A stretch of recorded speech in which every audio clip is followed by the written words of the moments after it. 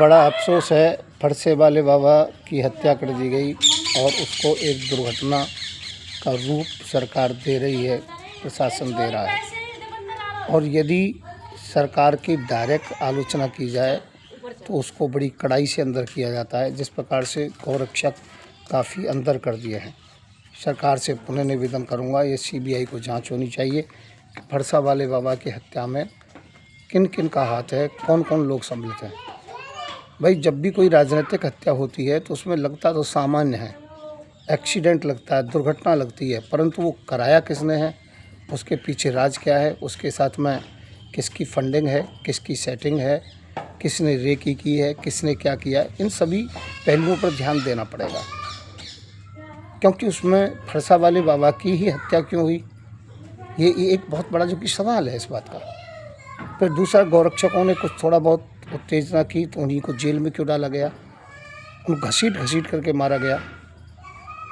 क्या कुछ लोग, चंद लोग भारत में ऐसे हैं कि वो हिंदुत्व की ही राजनीति वो ही खुद करना चाहते हैं? यदि और हिंदू की राजनीति को करता है, या कोई गौरक्षा की बात करता है, या जनसंख्या नियंत्रण की बात करता है, या भारत को हिंदू राष्ट्र की बात करता है, तो उनको वो लोग अच्छे नहीं लगते। ये आपसी स्पर्धा तो नहीं है, कहीं ऐसा तो नहीं है कि जिस प्रकार से बड़े बड़े बॉम्बे इत्यादि में बड़े बड़े गैंग आपस में लड़ मर करके कट गए, इसी प्रकार से कहीं ऐसा तो नहीं है।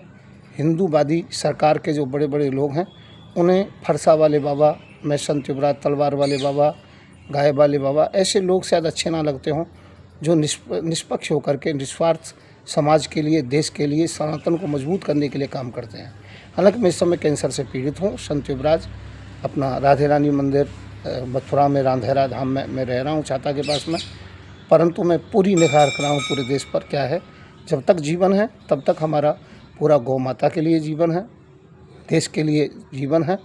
फरसा वाले बाबा बहुत अच्छे थे और मैं ये कहना चाहता हूँ, ऐसा दूसरा शायद कोई संत दिखाई नहीं पड़ा निस्वार्थ। मेरी कई जगह उनके एक साथ मीटिंग होती थी, हमें रैलियाँ होती थी, मैं तलवार वितरित करता था और जहाँ भी कराते थे वो मेरी तलवारें वितरित कराते थे, क्योंकि हिंदू सेना ही लाइसेंसी तलवार देती है। धन्यवाद आप लोगों के लिए, पूरा ध्यान दें।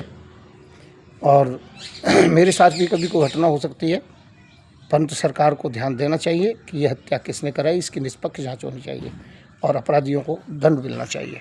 धन्यवाद।